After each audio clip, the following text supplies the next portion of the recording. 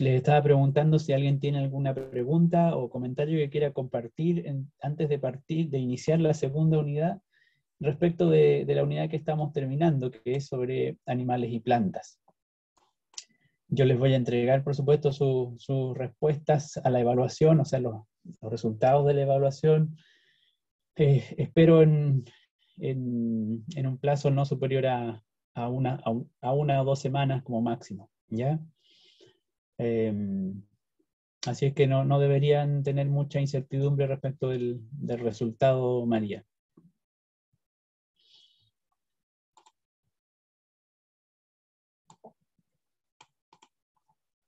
¿Algún comentario, opinión, pregunta sobre la unidad 1 antes de que pasemos a la unidad 2? ¿Algo que haya quedado pendiente?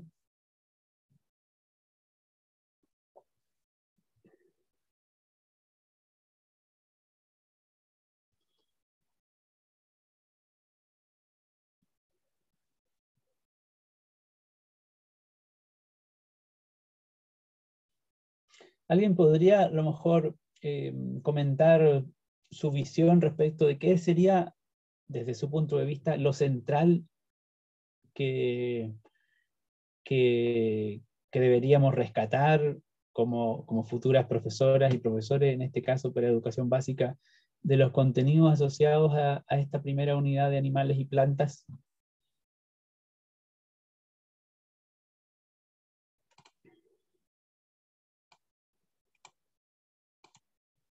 ¿Alguna idea central? ¿Alguna temática? ¿Alguna problemática central? Si lo quieren poner en el chat, también sería bienvenido.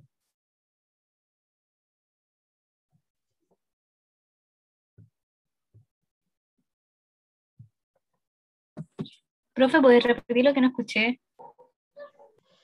Sí, lo que quisiera pedirles es que comenten alguna idea central que a ustedes les parece que es lo más relevante, que habría que resguardar o que habría que quedarse con ello, digamos, pensando en la enseñanza de esta temática en la educación básica. ¿Cuál es la idea clave? ¿Cuál es la temática central o el aspecto más problemático? ¿O qué es lo que les gustaría lograr con sus estudiantes pensando en esta unidad de animales y plantas? Thais, por ejemplo, menciona la evolución de los seres vivos, el concepto de evolución, sin duda es un concepto clave, que por supuesto nosotros lo mencionamos, pero de un modo bastante somero a lo mejor, se podría abordar con más claridad, con más profundidad. Y eso está vinculado tal vez con lo que plantea Dana, los cambios de la vida, dice ella. Y Karina menciona la clasificación de los seres vivos.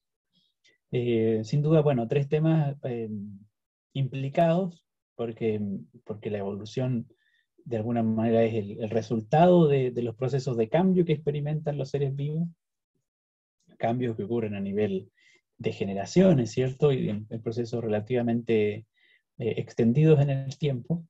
Y de alguna manera el ejercicio de clasificación de los seres vivos está basado también en esos cambios o en las similitudes que experimentan o que presentan más bien las especies en función de los cambios que han ido experimentando a lo largo de su historia evolutiva.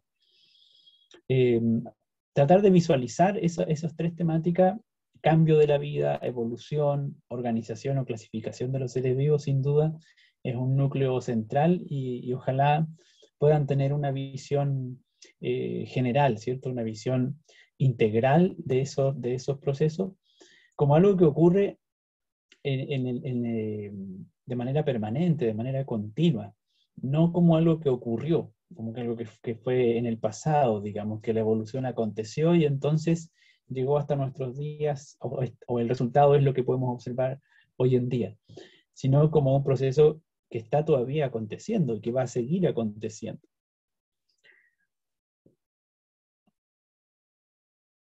En esa línea, me permito sugerirles, ya que no lo consideré, no lo pedí tampoco durante la primera parte del curso, que le destinen algunos un par de horas, algunos minutos, no sé exactamente cuántos se pueden tomar en la lectura de este primer artículo que está disponible en el aula virtual en la primera unidad, que es el artículo de Cofré, cuya temática central es justamente la teoría de la evolución o los procesos evolutivos en un sentido más general y cómo esos procesos evolutivos están presentes de una manera relativamente cercana a nuestra propia experiencia vital.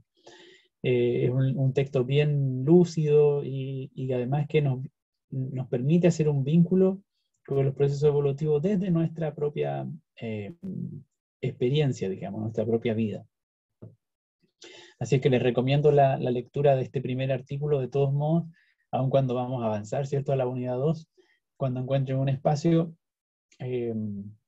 será una lectura provechosa para ustedes.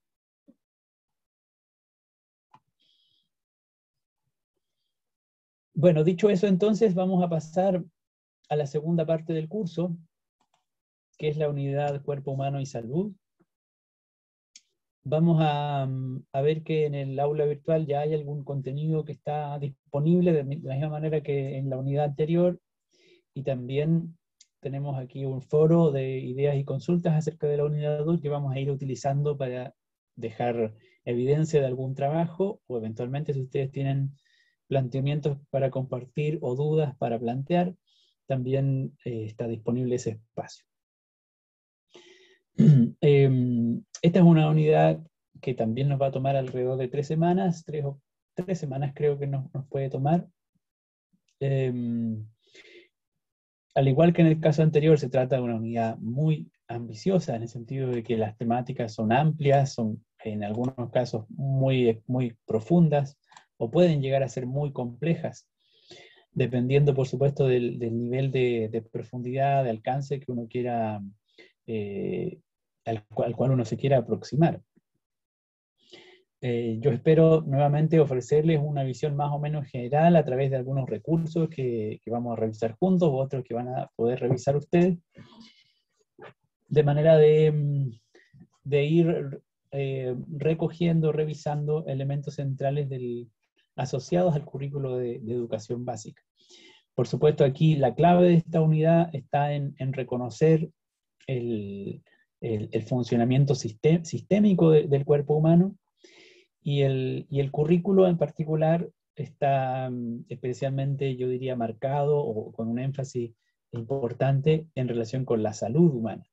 En ese sentido, el aprendizaje o el desarrollo de la comprensión en torno a los fenómenos biológicos que tienen que ver con nuestro cuerpo no se reduce únicamente a un ejercicio de descripción, o se espera que no se reduzca a un ejercicio de descripción del cuerpo humano, sino, por supuesto, que ese conocimiento esté disponible y esté en vinculación con la experiencia cotidiana de los estudiantes, en el sentido de que van a enfrentar o están enfrentando desafíos y problemas en torno a la salud que tienen que ver con el funcionamiento de sus sistemas, de sus órganos y con sus hábitos de vida.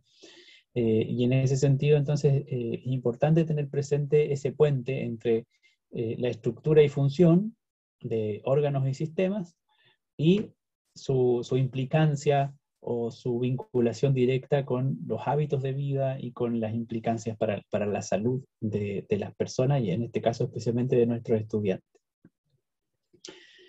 Nuestro punto de partida va a ser semejante al anterior, en el sentido de que es desde lo micro a lo macro, pero es algo que ustedes, yo entiendo, ya han revisado con relativa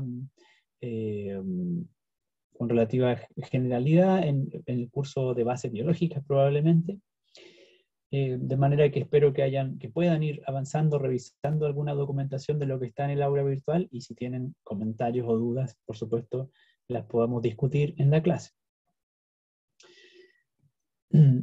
Así es que hoy día, en lo que nos queda de tiempo de esta clase, vamos a hacer, espero, 2 o 3 cosas. En primer lugar, tener una breve conversación en torno justamente a la pregunta acerca del vínculo entre sistemas del cuerpo humano y salud, luego espero mostrarles una presentación en torno a los niveles de organización biológica desde una perspectiva general para aproximarnos a los sistemas del cuerpo humano. Y en relación con eso, les voy a mostrar un laboratorio, o no es propiamente un laboratorio, pero sí es un ejercicio práctico que nosotros lo vamos a hacer con un recurso virtual para distinguir tipos de células, y eso lo vamos a hacer manipulando un microscopio en uno de los recursos del laboratorio que hemos estado usando de aplicaciones virtuales. ¿Alguna pregunta o comentario antes de continuar?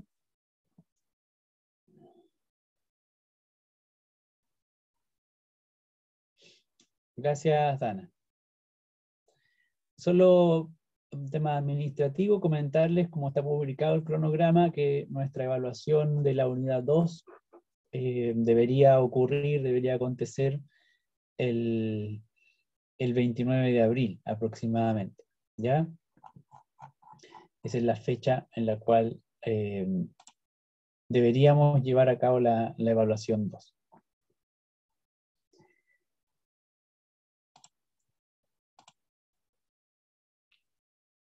Entonces, como punto de partida, les decía, quisiera que tengamos una primera conversación en torno a la relación entre sistemas del cuerpo humano y la salud. Y para eso, yo he simplemente formulado una pregunta en el foro de la unidad 2, a propósito de la discusión que se está dando, o que se está planteando en los medios, en la discusión pública, acerca de la franja horaria que los niños podrían tener o no, o que ya tienen a lo mejor, considerando la cuarentena y considerando eventualmente la necesidad de que puedan salir, ¿cierto?, de la casa.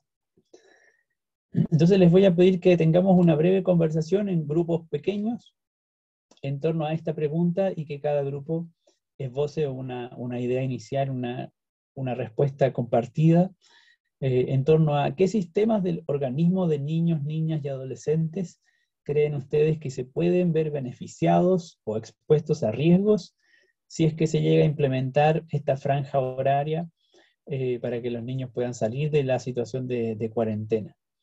¿Y por qué piensan que se verían beneficiados o expuestos a riesgo? ¿Se entiende la pregunta? ¿Se entiende, digamos, el contexto de la pregunta también?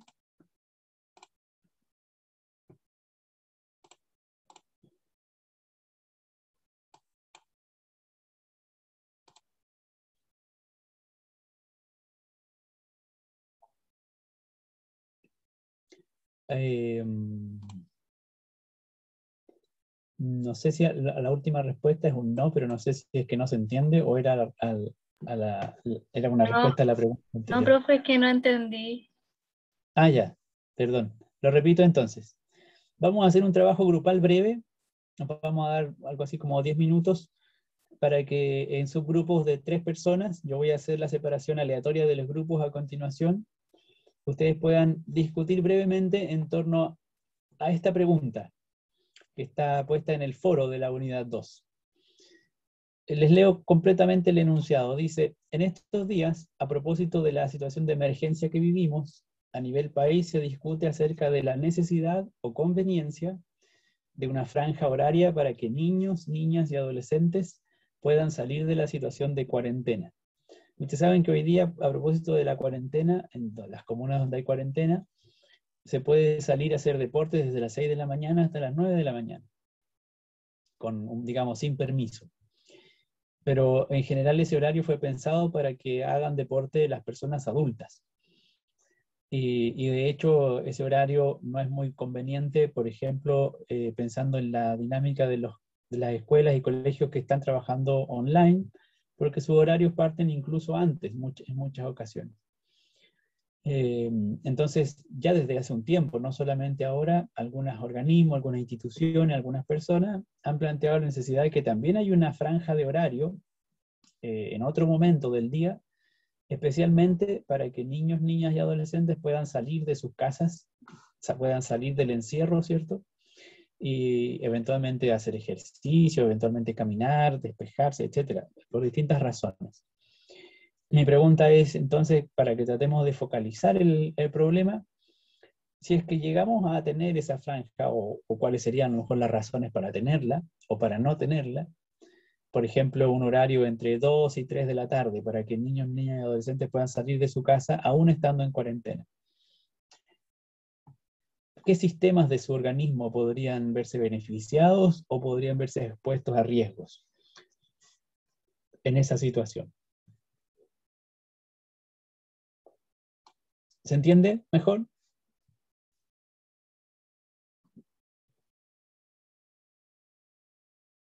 Gracias, Carolina. Bueno, creo que, gracias, Daniela, se entiende entonces. Ok, Dana.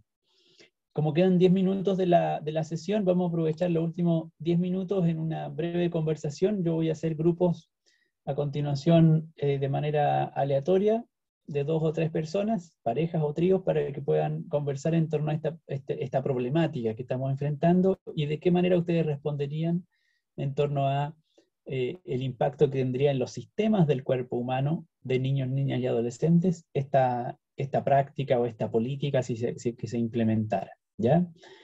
Voy a hacer los grupos, la sesión va a finalizar seguramente en 10 minutos más, entonces nos vamos a volver a encontrar a las 10 para las 6, 17:50.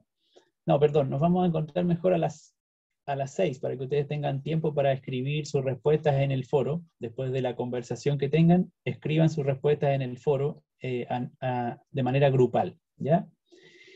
Y nos volvemos a encontrar entonces a las 6 para conversar en torno a esas respuestas.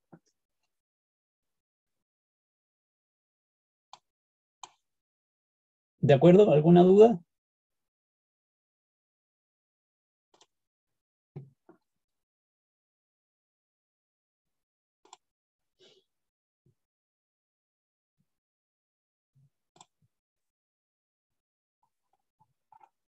Ya voy a proceder a hacer los grupos en un segundo.